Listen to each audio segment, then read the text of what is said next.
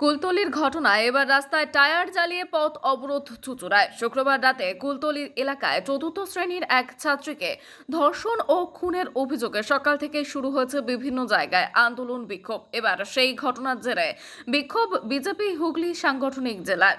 আজ চুঁচুড়া ৩ নম্বর গেটে বিজেপির কার্যালয় থেকে হুগলি মোড় পর্যন্ত একটি মিছিল সংগঠিত করেন বিজেপি কর্মীরা। পরবর্তীতে হুগলি মোড়ে অবরোধ করে বিক্ষোভ দেখাতে থাকে হুগলি বিজেপির সাংগঠনিক জেলা কর্মীরা। রাস্তায় টায়ার জ্বালিয়ে বিক্ষোভে নামেন বিজেপি কর্মীরা। প্রায় ঘণ্টাখানেক হুগলি মোড় অবরুদ্ধ হয়ে থাকে।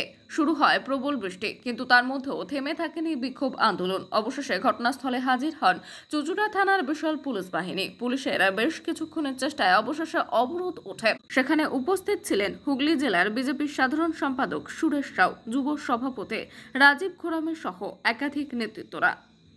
এর জন্য আজকে এই অবরোধ। দেখুন, আপনারা দেখতে পাচ্ছেন বাংলাতে কিভাবে প্রত্যেক দিন এমন কোনো শ্রেণীর মহিলা নেই যারা ধর্ষণ হচ্ছে না, যে 4 থেকে 80 এমন কোনো ব্যক্তি নেই যারা ধর্ষণ হচ্ছে না। তো আমাদের বলার কারণ, আমরা দেখতে পাচ্ছি কিছুদিন আগে আরজি করের মতো জায়গায় কী ধরনের ঘটনা ঘটলো, যার আন্দোলন হচ্ছে সারা পৃথিবীর বুক জুড়ে, যার রেস সর্বোচ্চ। তার মধ্যেও আমরা আজকে দেখতে পেলাম কুলতলিতে একটা চতুর্থ শ্রেণীর বাচ্চাকে কীভাবে ধর্ষণ করা হলো। আর যখন সেই বাচ্চাটি ধর্ষণ করা হলো, যখন তার পরিবারের লোকজন থানাতে যায়, তাদেরকে বিভ্রান্ত করার জন্য থানা অর্থাৎ প্রশাসন কীভাবে তাদের বিভ্রান্তি করছে, তার ফলস্বরূপ খুলতে আমরা কী হয়েছে দেখলাম।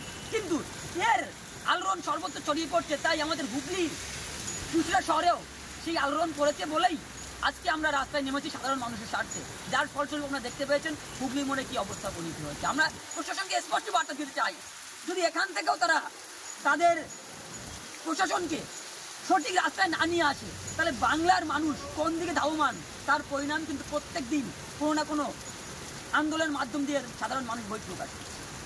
রাজীব খোরামি, সভাপতি, ভারতীয় জনতা যুব শক্তি সংগঠন।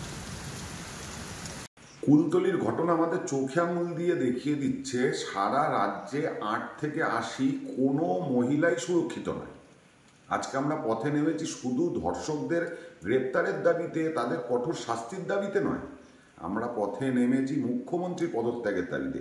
কারণ এই মুখ্যমন্ত্রীর জন্য, এই তৃণমূলের শাসনকালে সারা রাজ্য ধর্ষণকারীদের মুক্তাঞ্চলে পরিণত হয়েছে। সুতরাং অবিলম্বে মুখ্যমন্ত্রী পদত্যাগের দাবির জন্যই আজকে আমরা রাস্তায় নেমেছি। সুরেশ রাও, হুগলি সাংগঠনিক জেলা বিজেপির সাধারণ সম্পাদক।